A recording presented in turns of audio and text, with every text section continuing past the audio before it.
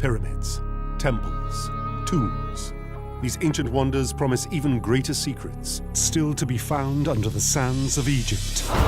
Now, cutting-edge science finally decodes the mysterious land of the pharaohs. With modern technology, we are gaining an insight into the way the ancient Egyptians lived and the manner in which they died. This time, health and wealth in ancient Egypt. Can the contents of a forgotten royal artifact reveal the killer of an ancient queen? The analysis of the material in this flask reveals shocking results. Can modern scanning technology prove how this young woman died? And if her killer is still a threat? Is this something modern, perhaps? Trauma that occurred that affected the bones? And can 21st century science prove that a mummy found in an ancient storeroom is, in fact, Egypt's most iconic queen? The person buried there in that hidden burial chamber might be Nefertiti. Ancient clues unearthed, long-lost evidence re-examined, precious artifacts brought into the light of the 21st century. These are Egypt's Unexplained Files.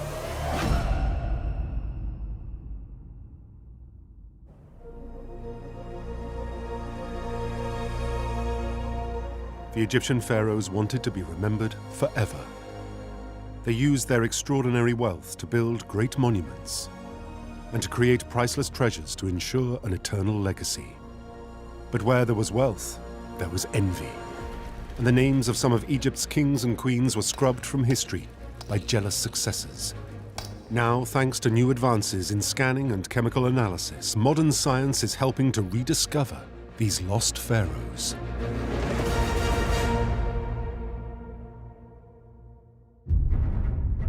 Nefertiti, one of Egypt's most iconic queens. But remarkably, there is no trace of her or her tomb. The fate of Nefertiti and the whereabouts of her body, all still a mystery. Once the most powerful woman in the land, Nefertiti has been erased from history. She simply disappears from the historical record. Can 21st century science find the queen ancient Egypt tried so hard to hide and reveal the shocking truth of how Nefertiti died? The facial injury indicates that she died a grisly death.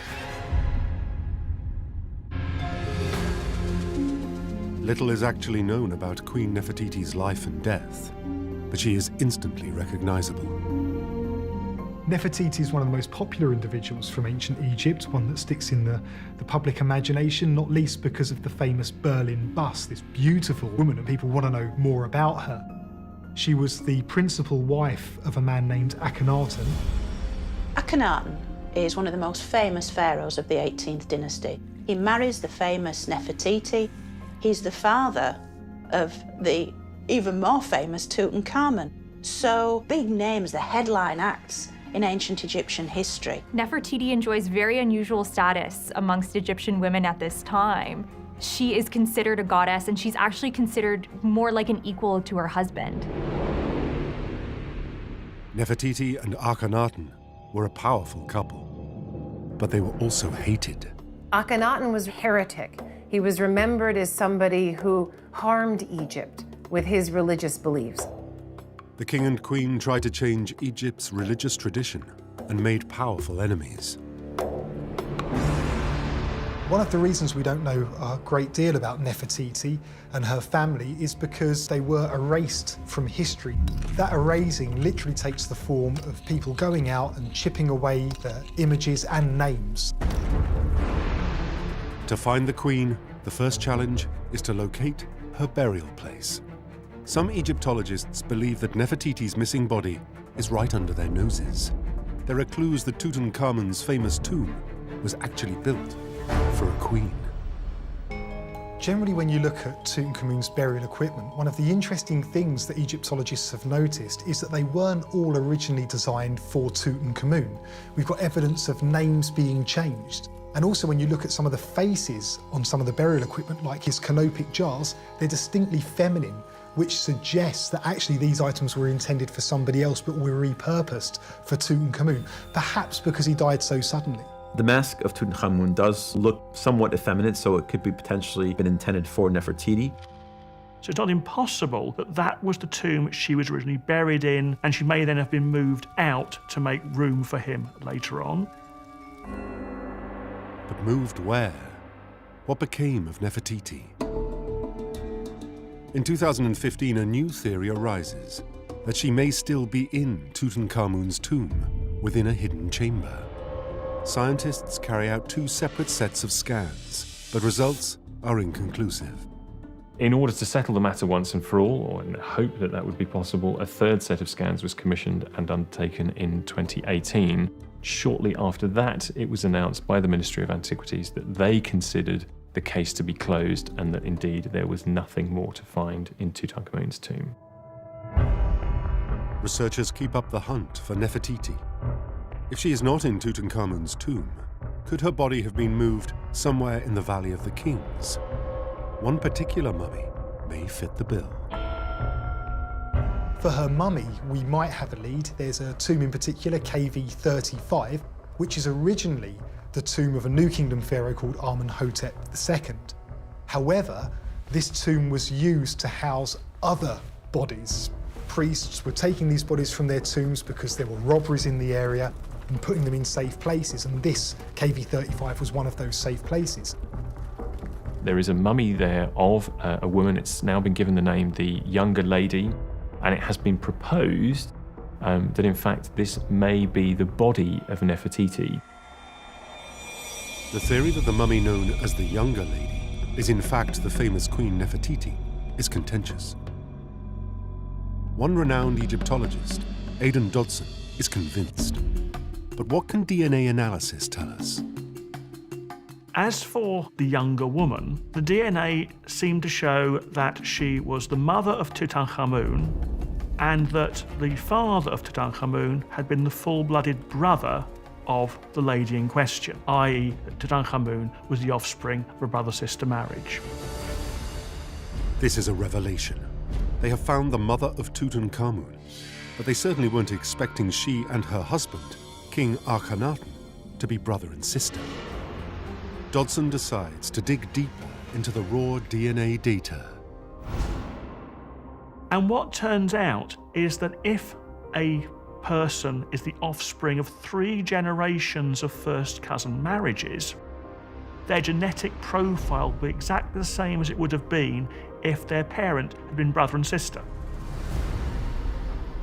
You can come up with a very credible family tree which makes Nefertiti and Akhenaten first cousins, following on from 3 generations of first cousin marriages.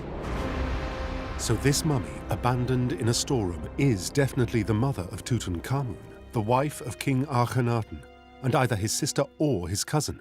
But is she Nefertiti? Experts disagree. But for Aidan Dodson, at least, there is no question.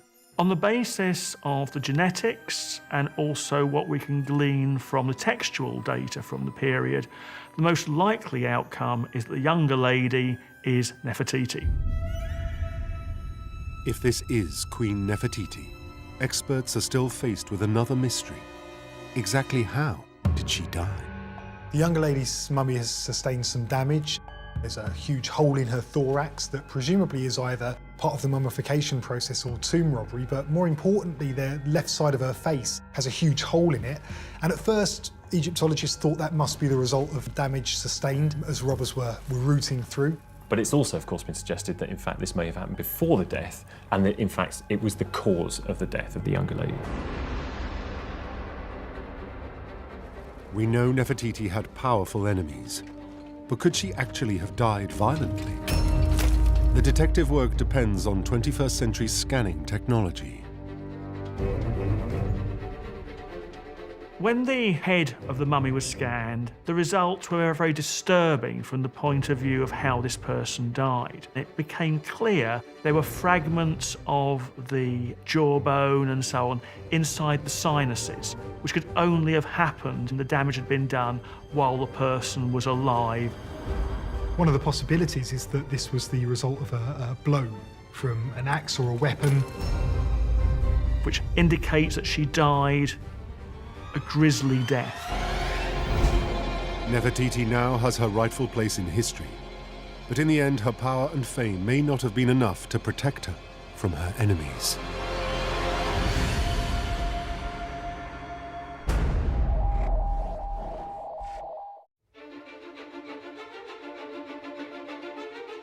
Ancient Egyptians studied the human body and were able to diagnose and cure some illnesses. But there was a limit to how long they could maintain good health, and life in ancient Egypt was short. The average for a man was 34 years, and for a woman, just 30. Now science is revealing the deadly diseases that attacked the ancient Egyptians, and which continue to afflict us today.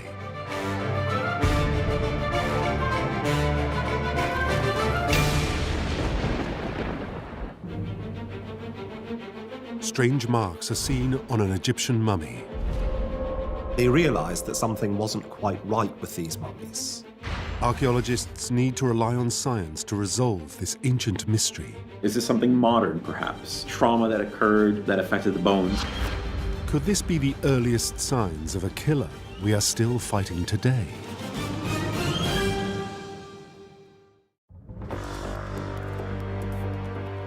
In 2017, a Spanish team are working at the Kubet el Hawa burial site, just outside Aswan. Egyptologist Alejandro Jimenez Serrano is one of the team leaders on this unique excavation. Kubet el Hawa was the necropolis where the highest officials of the southernmost province of Egypt were buried. They constructed tombs, in some cases beautifully decorated. There is an air of anticipation as several mummified remains are taken out for closer inspection. The archaeologists want to investigate how the mummification process evolved in different eras for those who could afford the very best. This is a rare opportunity in Egypt to find mummified high-level officials from the Middle Kingdom period. Every mummy that we have an opportunity of studying further tells us something more about that mummification process, which was so important to the ancient Egyptian concept of the afterlife.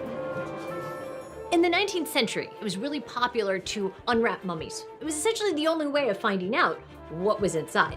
Today, unwrapping the ancient bodies is not best practice. It's seen as too invasive. Archaeologists turn instead to modern medical technology. We're no longer having theater of the dead in the 19th century where you're paying to see a mummy dissected. So we're learning a great deal by using the medical advances of our medical colleagues in order to examine the mummies. However, one of the most ancient mummies found is little more than bones, an almost intact skeleton, which allows the team to get up close and investigate. The pelvis and the short size of the individual confirmed that she was a woman. She died between 35 and 40 years old. Closer examination of this female skeleton reveals something unusual. The analysis of the bones shows tiny holes were present in all the body. Initially, the team is mystified. Is this something modern, perhaps? Could be, for instance, insects going into the bones that's causing discoloration, trauma that occurred post-burial, perhaps, that affected the bones. The team compare their scans with modern medical records, looking for any similarities. They come to a chilling conclusion. Based on this initial visual impression, the researchers thought that perhaps the mummies suffered from cancer of some form. This discovery is extraordinarily rare. Could ancient Egyptians have suffered widely from cancer, the big killer of our modern age? Ancient medical texts do describe what we know as cancerous tumors, but it's almost impossible to find actual examples of the disease. Looking for cancer in ancient mummies is very difficult because you only have the evidence normally of the bones. Most cancer is going to appear in soft tissues that simply aren't preserved. You would be lucky to see the age of 40 in the ancient world. Most people don't develop cancer today until they're past the age of 40. Most individuals would die at a very early age. In Aswan, the Spanish team examining the bodies from the Kubet el Hawa necropolis focused their efforts on the female skeleton. Cancer damage to her bones, known as metastasis, suggests that she lived with the disease for at least a year. The question was which type of cancer might provoke that metastasis. After reviewing the pieces of evidence, conclude all the cancer that might provoke this kind of metastasis was breast cancer. We are 99% sure that it was a breast cancer. Not only is this the first conclusive evidence of breast cancer in ancient Egypt, it's the oldest discovered in the entire world, 4,200 years old. It was a surprise to realize that we have in our hands the oldest breast cancer of the world. What this discovery shows us is that breast cancer was suffered in ancient times also. This specific proof of the existence of breast cancer helps experts understand how disease spreads and mutates, and how humans adapt to fight back. Cancer definitely occurred in the ancient world.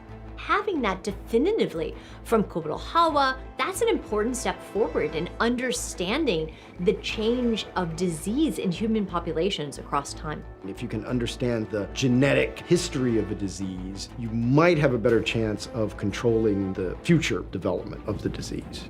This discovery makes us closer to ancient Egyptians. Ancient Egyptians and us, unfortunately, we are suffering the same illness.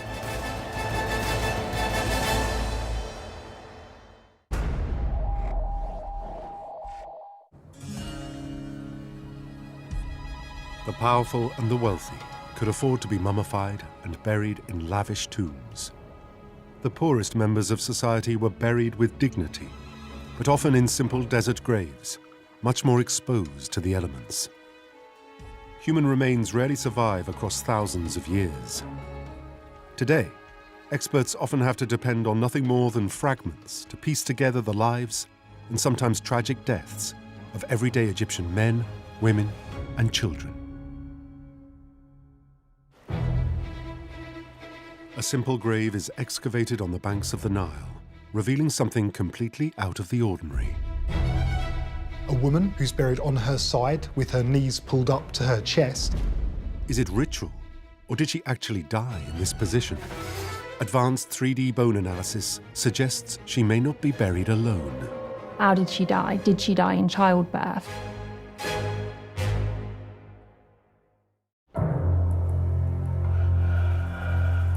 November 2018. A joint archaeological team from Italy and America are excavating by the banks of the Nile, near the temple of Kombo, 30 miles north of Aswan, when they discover the simple grave of a young woman. The woman is buried in a contracted position with her knees drawn up to her chest.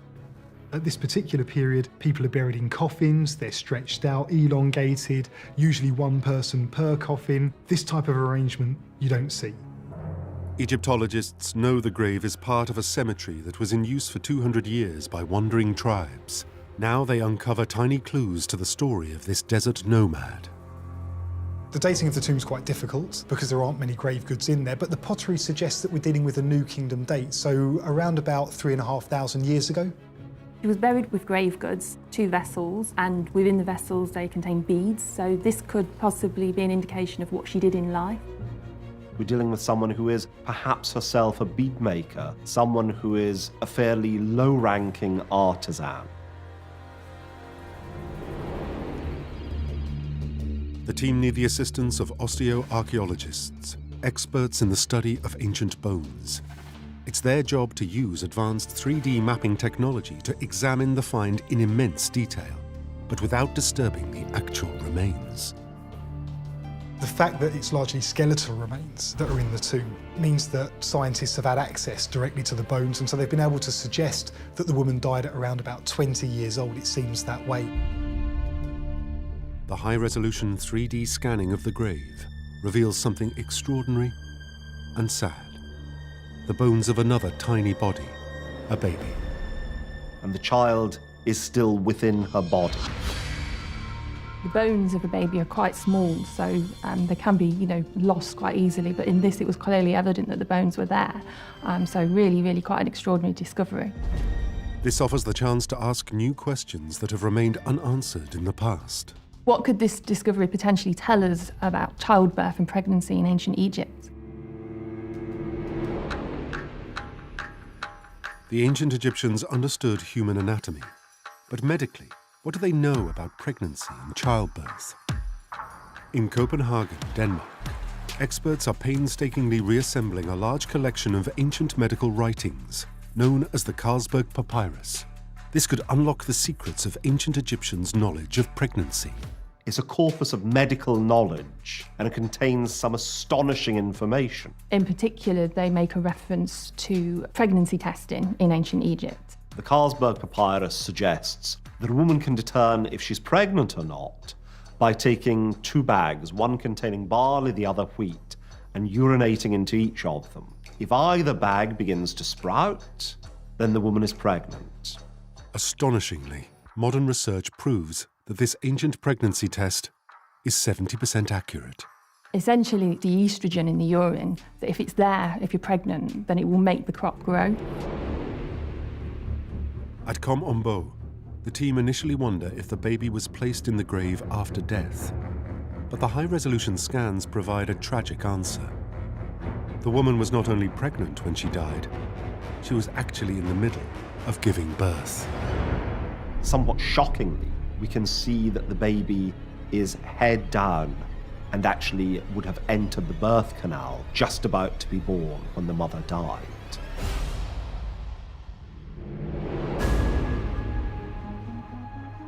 What went wrong at the birth at Kombo? Thousands of years later, the incredibly detailed scans of the grave may provide an answer. For this individual, the hips do seem to be misaligned.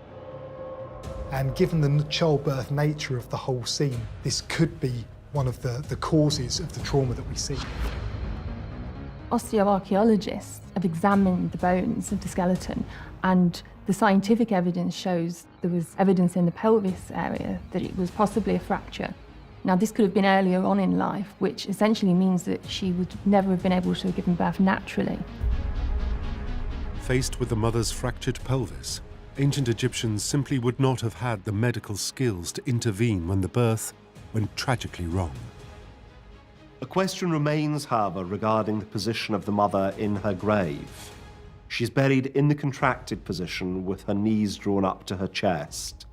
Is this her still in the birthing position, or is she being buried in the time-honored fashion, pre-dynastic burials, where people were buried fetus-like in order to enter the afterlife?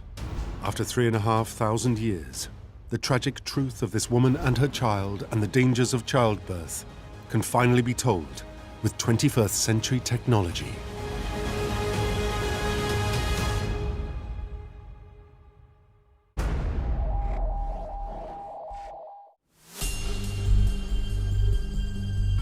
Everyone, from the poorest slave to the wealthiest king or queen, could be struck down by illness and disease. Immortality awaited in the afterlife, and tombs were filled with items to bring with them on their journey. Not everyone could afford gold, but that didn't mean poorer Egyptians went without. An extraordinary mass-produced material meant they too could enter the afterlife equipped with beautiful objects.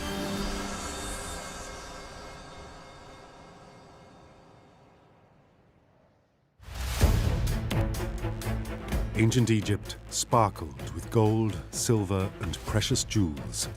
But amidst those treasures was another mysterious material called faience. Faience was very magical for Egyptians. It's a glorious, glorious material, and it's ubiquitous in museums throughout the world. Its unique blue glaze was desired by everyone, rich and poor. But the secrets of how the Egyptians created this amazing material have remained hazy until now. Modern sciences can tell us a lot about faience creation. We also can begin to understand the kind of chemicals they mix. Can investigation of this ancient material finally reveal the Egyptians' advanced scientific knowledge?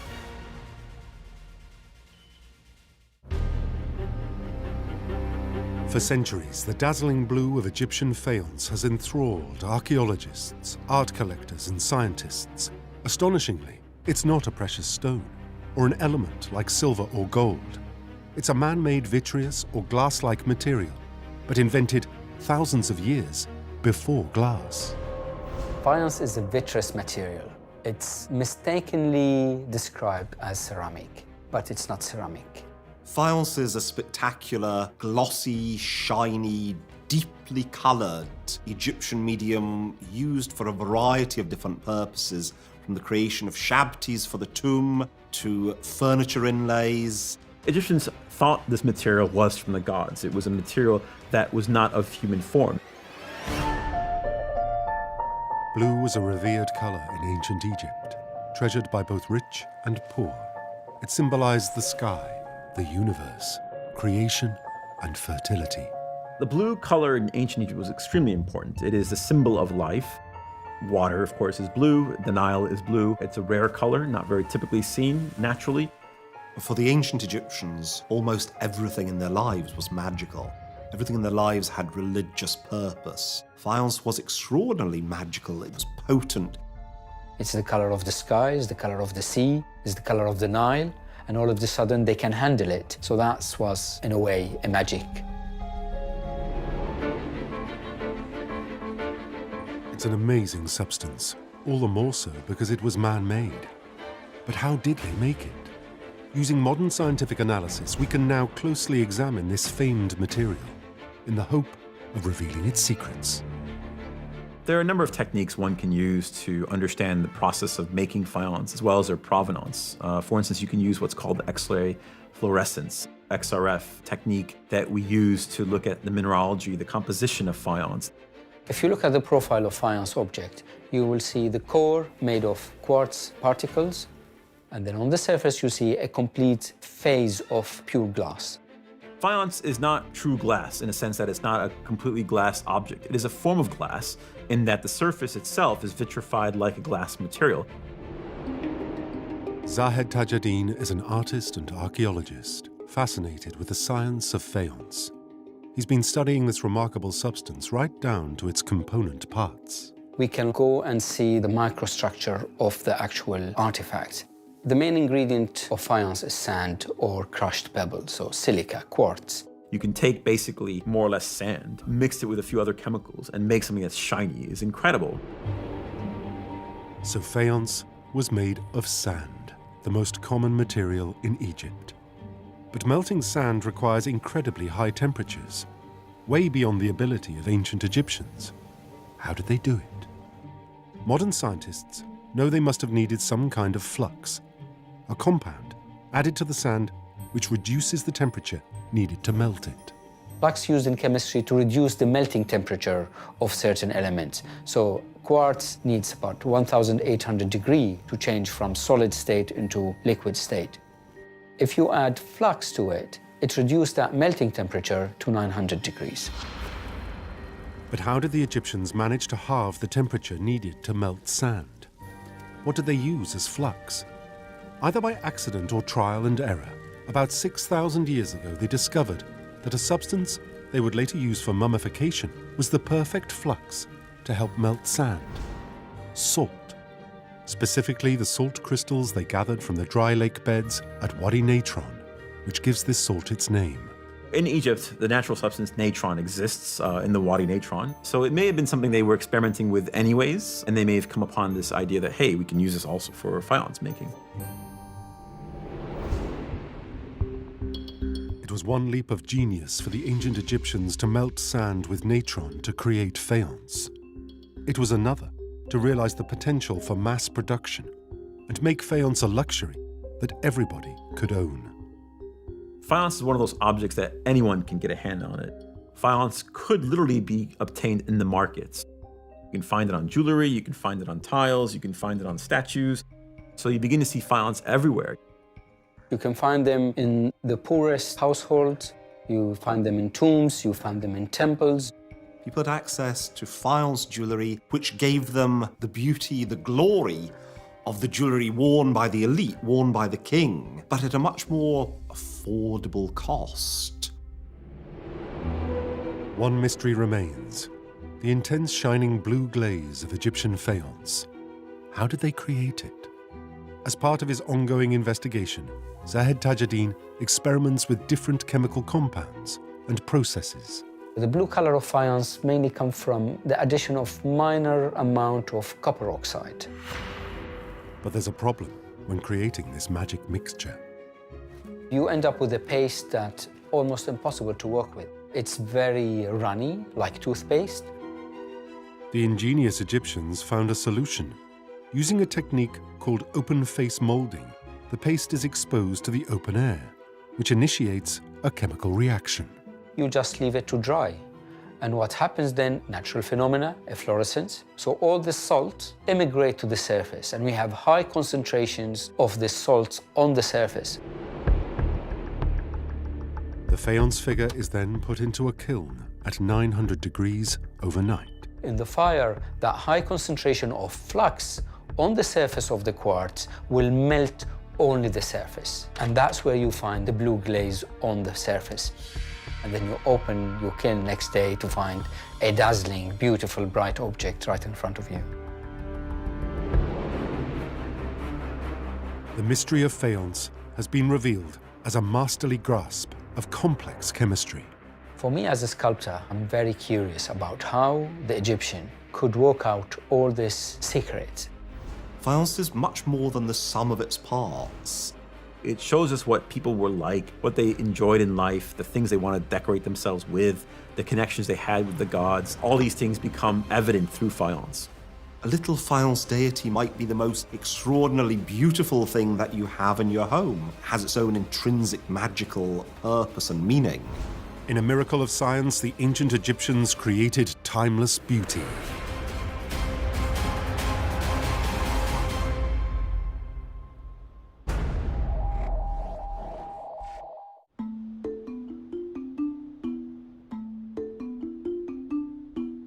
For thousands of years, the tombs of pharaohs have been robbed of their priceless contents. Finding undamaged burial sites with intact mummies or complete collections of burial goods is becoming increasingly rare. Often, scientists have to piece together entire stories, tragedies, or mysteries using the tiniest of clues.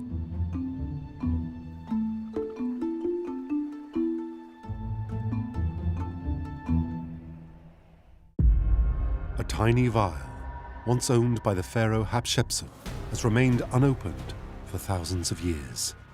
The stopper appeared still to be in place. But when modern science finally investigates the contents, it uncovers something unexpected. The analysis of the material in this flask reveals shocking results. What's inside leads Egyptologists to ask an extraordinary question. Did Hatshepsut inadvertently kill herself with her own cosmetics?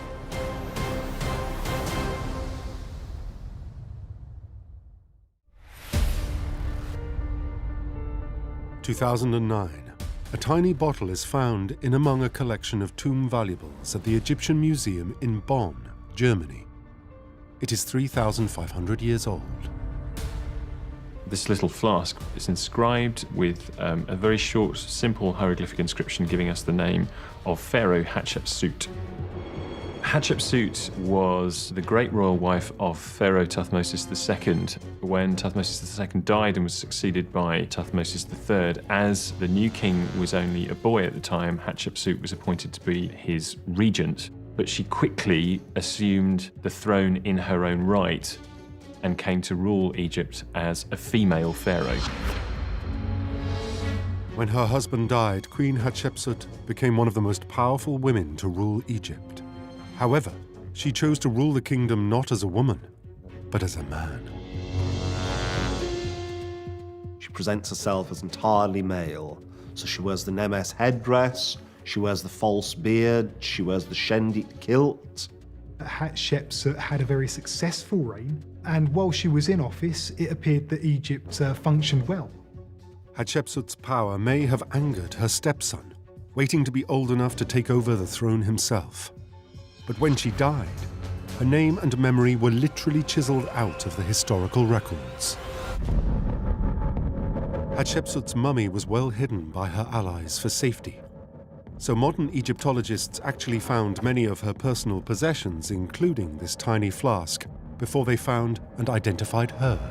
When experts examined this small bottle bearing the name of Hatshepsut, they noticed that the stopper appeared still to be in place.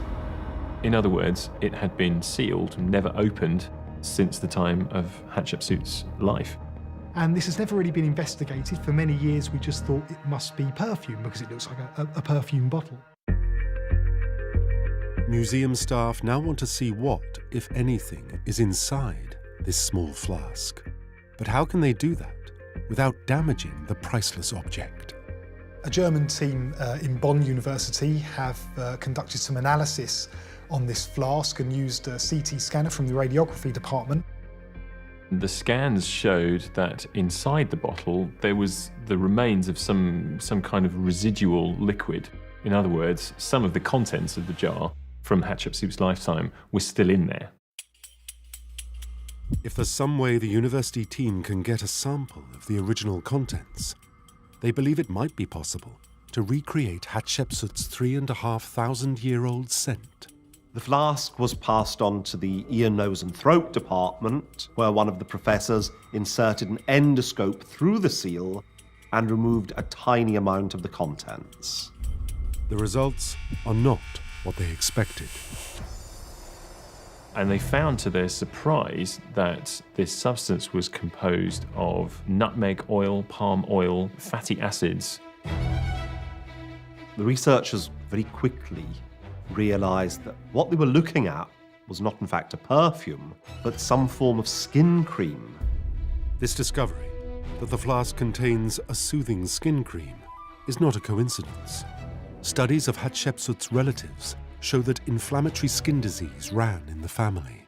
Examination of the mummies of Hatshepsut's immediate family, Tutmosis I, her father, Tutmosis II, her half-brother and husband, seem to indicate that that particular branch of the family suffered from some form of congenital skin condition. So we can suggest that Hatshepsut perhaps was suffering from some kind of skin condition that was alleviated by these oils. The mummy of Hatshepsut herself was found in 1903. It is only positively identified more than a century later in Cairo. The team immediately begin an exhaustive set of scans to determine her cause of death. A CT scan of the recently identified mummy of Hatshepsut has shown that she was a comparatively unhealthy woman. She suffered from diabetes, she suffered from arthritis, and it seems apparent that she died as a result of cancer of the bone. 2,000 miles away in Germany, the team analyzing the ancient skin cream make a chilling discovery. Chemical analysis and spectroscopy reveal the presence of highly toxic chemical compounds. As the Germans have looked in more detail, they found some other elements in there as well. In particular, hydrocarbons derived from coal tar, so quite abrasive elements to be having in with skin cream. More worryingly, perhaps for the person who'd been using it, the residue also contained a creosote-like sort of tarry substance that we know can cause cancer. We now know Hatshepsut definitely had cancer. Is it possible that she was poisoning herself to death without knowing it? Hatshepsut would perhaps have been unaware, though, that while the skin condition was perhaps being alleviated by these oils, the tarry substance might actually have been doing her far more harm and may have led to a cancer. With the help of forensic science, the tiniest artifact ends up revealing one of the greatest mysteries of ancient Egypt, the death of one of its most famous pharaohs.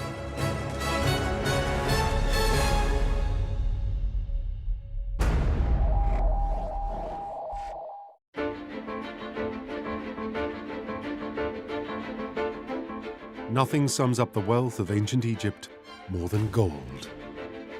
Gold was treasured and revered. It was the skin of the gods.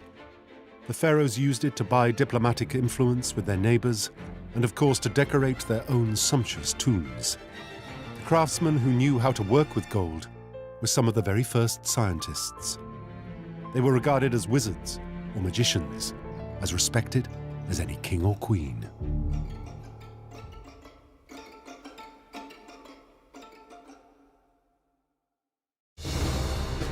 Near the Valley of the Kings, a new and lavish burial site is unearthed.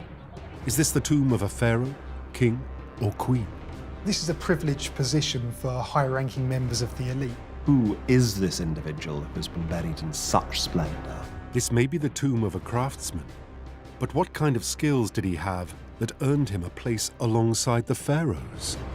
Why would a craftsman have his tomb in one of the most prestigious burial grounds in New Kingdom Egypt?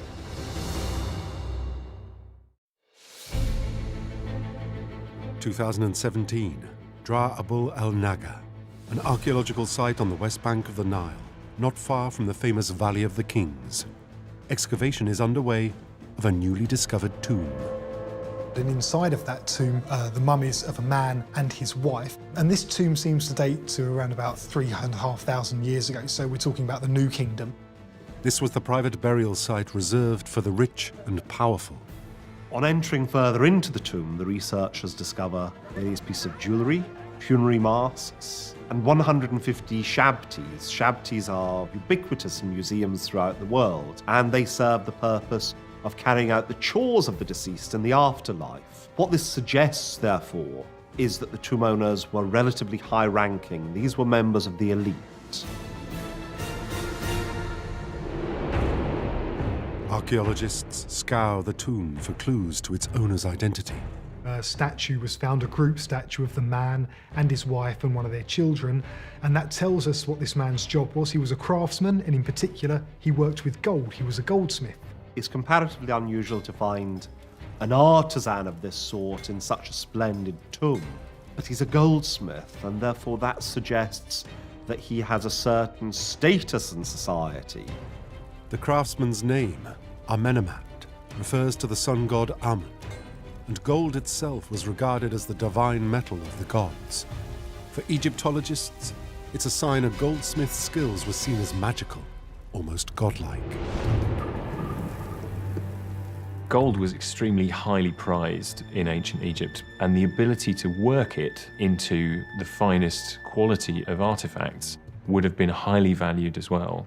Gold itself had a very high status in Egypt. It's likened to the skin of the gods because gold doesn't tarnish, it doesn't rust. So the person who works with that material obviously is right up there in the social elite. The extraordinary power and importance of gold is summed up in a single place, the tomb of King Tutankhamun. When it was discovered by Howard Carter in 1922, he wrote, "I was struck dumb with amazement. Everywhere the glint of gold. Wonderful things." You only have to look at, say, what's found in Tutankhamun's tomb to realise that gold played an important part in the sort of funerary paraphernalia and presumably also in the worship and honouring of the gods. His innermost coffin was solid gold, the mask on his mummy was solid gold, the other coffins had thick gold foil on them, and many, many other items had at least some bit of gold ornamentation on them. Now modern advances in scanning and chemical analysis allow us to reveal the mysteries of the Egyptian goldsmith's craft. Even today, their skill and ingenuity amaze, as well as their magical ability to fool the eye with gilding. Gilding is a way of making something look like gold when it isn't gold the whole way through, and one reason is to fool people. In the time of Amenemhat, the gilding technique was to hammer gold very, very thin, and then glue this, quite literally glue it onto another material. But one secret held by the Egyptian goldsmiths still astonishes modern experts: how they were able to control and manipulate the very colour of gold. When you dig gold out of the ground, it's not pure gold, it's not 100% pure gold. It has a fair amount of silver in it. So the gold that comes out of the ground can be anything from a sort of really strong, bright goldy yellow down through sort of paler greeny colours, depending on the amount of silver present. Modern X-ray fluorescence scanning can examine the minute elemental composition of Egyptian gold. It proves that colour differences were not always down to natural impurities, but to the pure skill of a goldsmith like Amenemhat. They almost introduced what we would regard as impurities on purpose to change the colour, to get the right sort of alloys, to get the colour you wanted. And these kind of probably craft secrets were passed down from father to son. The Egyptian goldsmiths, like Amenemhat, were not just geniuses of their craft, but chemical alchemists, able to manipulate their raw material to create astonishing beauty. He's a craftsman, but he's also a chemist. He is so many different things combined into one figure. I think it's fair to say that these goldsmiths were not just expert craftsmen, but also expert technicians. Amenemhat the goldsmith came to be buried alongside the pharaohs he worked for, a final tribute to his unearthly, godlike skills.